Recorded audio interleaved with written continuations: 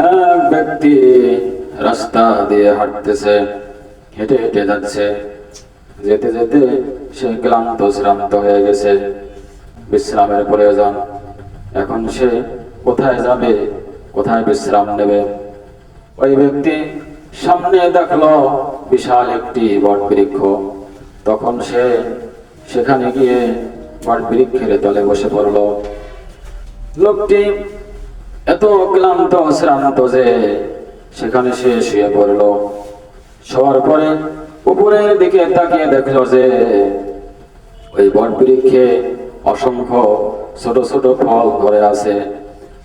তারপরে সে পাশের দিকে তাকিয়ে দেখলো তরমুজ ক্ষেত। সেই তরমুজ খেতে বিশাল বিশাল তরমুজ ধরে আছে।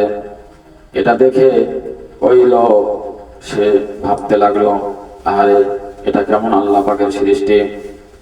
আল্লাহ পাক লতা বৃক্ষে বিশাল বিশাল তরমুজ দিয়েছেন, আর এই যে বিরাট বট গাছ, এই বট গাছে ছোট ছোট ফল দিয়েছেন। এরা তো সৃষ্টির মধ্যে ত্রুটি হয়ে গেল, নাউজুবিল্লাহ।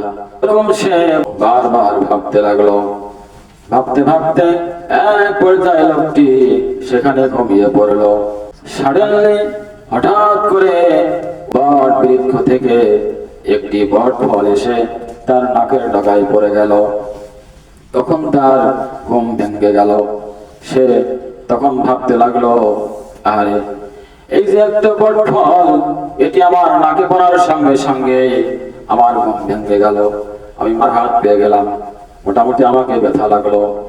আর এই যে বট বৃক্ষে যদি তরমুজের মতো বড় বড় ফল আল্লাহ পাক দিতেন, আর এরকম ফল যদি আমার নাকে পড়তো, তাহলে আমার নাকও চলে যেত, মাথাও চলে যেত রে।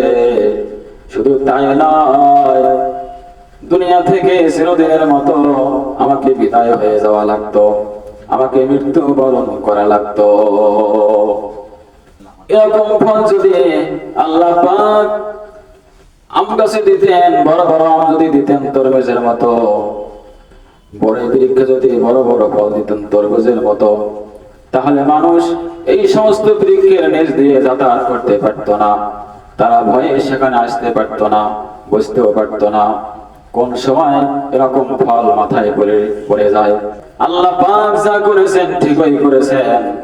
আল্লাহ পাকের সৃষ্টির মধ্যে কোনো ত্রুটি নেই, আল্লাহ পাকের সৃষ্টির মধ্যে কোনো ভুল নেই। তিনি ঠিকই সৃষ্টি করেছেন।